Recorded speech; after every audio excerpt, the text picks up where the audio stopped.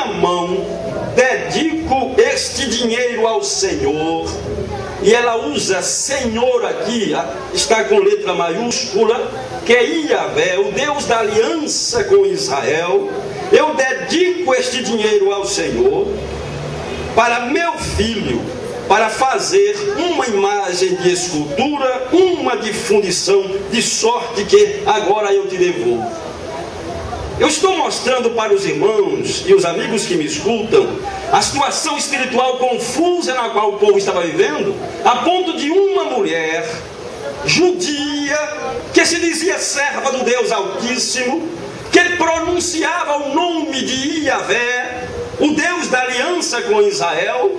Esta mulher disse: eu te dou o dinheiro para que tu faças para o Senhor uma imagem de escultura e uma imagem de fundição. E ele fez, capítulo 17,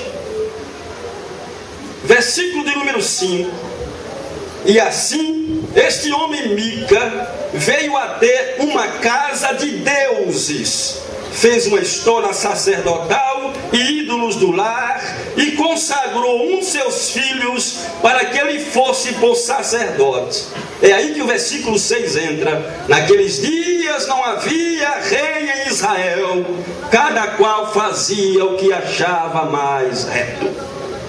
Este é o contexto espiritual de extrema confusão, onde não se sabia qual era a maneira certa de se cultuar a Deus. Confusão absoluta. Se os irmãos lerem a passagem em continuação, chegou acidentalmente à casa deste Mica um levita.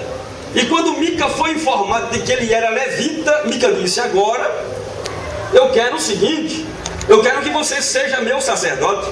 Ele que tinha consagrado o filho a sacerdote, que não era levita, quando chegou um levita em sua casa, ele disse: olha, eu quero que você seja meu sacerdote, eu vou te dar o salário, eu vou te sustentar e você vai me servir de sacerdote.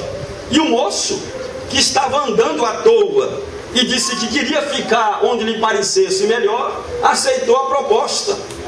E Mica ficou tão contente quando o moço aceitou a proposta, que ele achou que Deus abençoaria ele muito agora, porque ele tinha um sacerdote em sua casa. Capítulo de número 17, versículo 13. Então disse Mica: sei agora que o Senhor me fará bem, porquanto tenho um levita por sacerdote. Ora, Mica tinha uma casa de ídolos, e o sacerdote aceitou ser sacerdote deste homem, desta família, dentro desse contexto absurdo de idolatria, um dos pecados mais condenados pelo Senhor em toda a história do Velho Testamento. O livro dos Juízes termina assim, capítulo de número 21, versículo 25. Naqueles dias não havia rei em Israel, cada um fazia o que achava mais reto. Portanto, não havia direção espiritual alguma. Espiritualmente, o povo estava em confusão absurda, sem saber a quem servir, sem ter um referencial. Agora nós entramos no livro de Samuel, que é justamente dentro desse mesmo contexto. Já Samuel foi o último juiz de Israel. Aqui, uma mulher está orando a Deus, angustiada, pedindo ao Senhor que lhe dê um filho homem. E ela diz a Deus: se o Senhor me der um filho homem, eu o trarei como devolvido ao Senhor. Se a situação espiritual era de confusão absoluta, e quando a situação espiritual está neste nível, certamente a situação moral também é terrível. Aqui, o capítulo de número 1, o capítulo de número 2, onde nós lemos, a partir do versículo 12, mostra a situação dos sacerdotes em Israel. eles não tinham, diz a Bíblia, nenhum respeito por Deus. Tratava as coisas de Deus levianamente. Alguém estava lá cozendo a carne do sacrifício. Antes de terminar o serviço, já vinha um moço do sacerdote autorizado por ele, com um garfo de 3 dentes, e reverentemente metia lá. É como se nós estivéssemos numa reunião de Santa Ceia e alguém chegasse aqui e começasse a tomar o vinho todo e comer o pão, sem nenhuma cerimônia, sem nenhuma reverência, sem nenhum respeito a Deus. Pois a Bíblia diz que aqueles moços não conheciam o Senhor. Não conheciam o Senhor porque não se importavam em conhecer o Senhor. E eles foram decaindo moralmente ainda mais, porque a Bíblia afirma, no capítulo de número 2, a partir do versículo de número 22, que estes moços, que eram líderes na igreja, eles estavam se prostituindo com as mulheres que serviam na tenda da congregação. Porque aquela tenda que esteve armada durante muito tempo, aqui e acolá, durante a travessia de Israel do Egito ao mar, a terra prometida, agora esta tenda estava armada em Siló. E Eli, o sumo sacerdote, tinha lá os seus filhos sacerdotes, os filhos de Eli, as mulheres que serviam na tenda da congregação, eles conseguiram convencer estas mulheres, quem sabe até forçá-las a ter relação sexual com eles. Então se prostituía em volta da casa de Deus, sem nenhum respeito para com Deus, nem para com as coisas sagradas. É dentro deste contexto que nasce Samuel.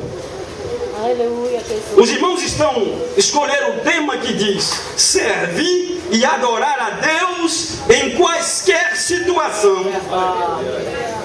Porque a gente tem ouvido dizer reiteradas vezes de que o homem é produto do meio. Se todo mundo se corrompe, esta pessoa que até então era pura, mas se vive no meio onde todo mundo se corrompe, ela se corrompe também. Se alguém que costumava falar a verdade vive no meio de um povo onde todo mundo vive da mentira, termina mentindo também. Se vive no meio onde as pessoas tinham uma moral ilibada, mas onde todo mundo se corrompe, todo mundo desce nos degraus da imoralidade, ele faz ou ela faz exatamente a mesma coisa. É assim que se diz que o homem é produto do meio. Mas Samuel nasceu para desmentir esta afirmação.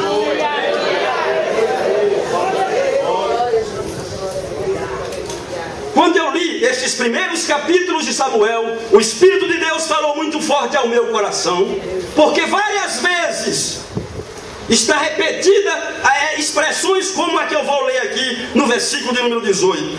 Porque se você olhar o versículo 17, depois de contar a história dos filhos de Eli, diz assim o escritor: era pois muito grande o pecado destes moços perante o Senhor, porquanto eles desprezavam a oferta do Senhor. Mas logo no versículo seguinte, o versículo 18, a Bíblia diz: Samuel, porém, não é assim que está na sua Bíblia? Porém Samuel ministrava perante o Senhor, sendo ainda menino, vestido de uma estola sacerdotal. Por que o Espírito Santo diz isto aqui? Porém Samuel, os filhos de Eli, sacerdotes já antigos, não respeitavam o Senhor. Os filhos de Eli, sacerdotes já antigos, desprezavam a oferta de Deus. Os filhos de Eli eram imorais, adúlteros. Porém, um menino nasceu e estava crescendo em meio a esta podridão moral, mas mantendo-se puro centrado em Deus.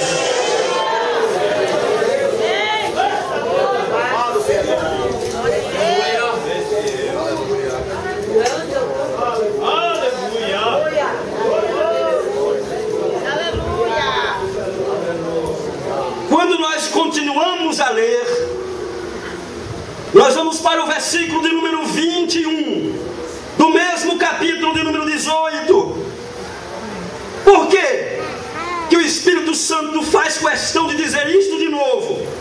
Abençoou, pois, o Senhor a Ana, e ela concebeu e teve 3 filhos e 2 filhas. E agora não era mais menino, mas o jovem Samuel crescia diante do Senhor. Glória a Deus. É possível ser crente e ser puro em meio a uma sociedade imoral e depravada? É possível manter-se íntegro quando todo mundo se desvia? É possível viver uma vida santa ainda que ninguém mais no mundo o faça?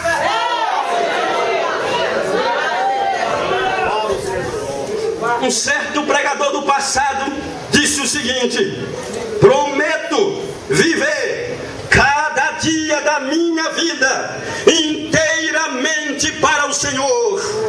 E ele